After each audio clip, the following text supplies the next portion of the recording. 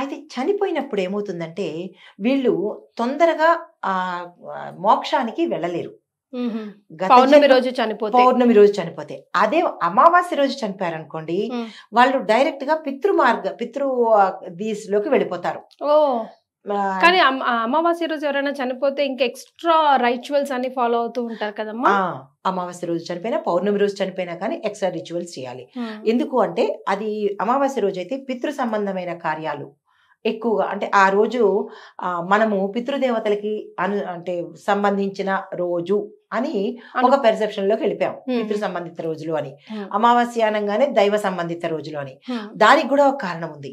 పౌర్ణమికి సంబంధించి రైజింగ్ ఉంటుంది. అమావాస్య తర్వాత చంద్రుడు ఒక్కొక్క రోజు రైజ్ అవుతూ ఉంటాడు.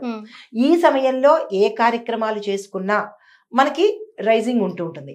అమావాస్య తర్వాత అంటే పౌర్ణమికి వెనక్కి వెళ్ళిపోయి అమావాస్య మొదలవుతున్న సమయంలో ఏ కార్యక్రమాలు చేసుకున్నా, పూజలు కానీ పునస్కారాలు కానీ ఏమైనా ఫలితాలు తక్కువ వస్తూ ఉంటాయి అంటారు.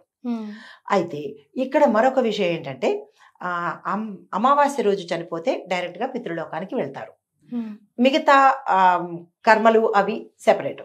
అయితే పౌర్ణమి రోజు చనిపోయినట్టయితే కనుక కర్మ సంబంధిత దాంతో ఎక్కువగా వీళ్ళు పితృలోకానికి వెళ్ళవలసిన అవకాశం ఉండదు. మళ్ళా జన్మ తీసుకోవాల్సిన పరిస్థితి ఏర్పడుతుంది. దీంతో పాటుగా ఇంకొకటి ఏంటంటే పౌర్ణమి రోజు మరణించడం వల్ల శాస్త్రపరంగా మనకి కొన్ని జన్మల అంటే గత జన్మల నుంచి వచ్చిన కొన్ని పాపాలు మాత్రమే తుడిచిపెట్టబడతాయి.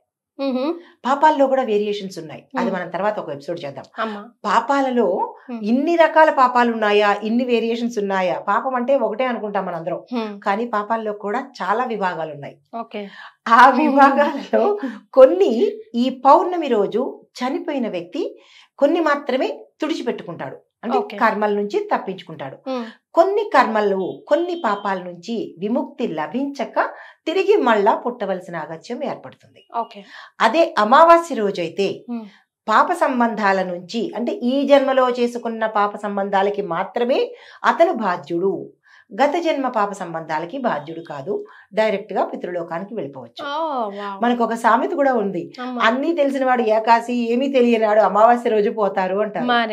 అవునా? సో దాని వెనకాల ఏదో సామెతగా చెప్పినప్పటికీ దాని వెనకాల ఇంత పరమార్థం ఉంటుంది.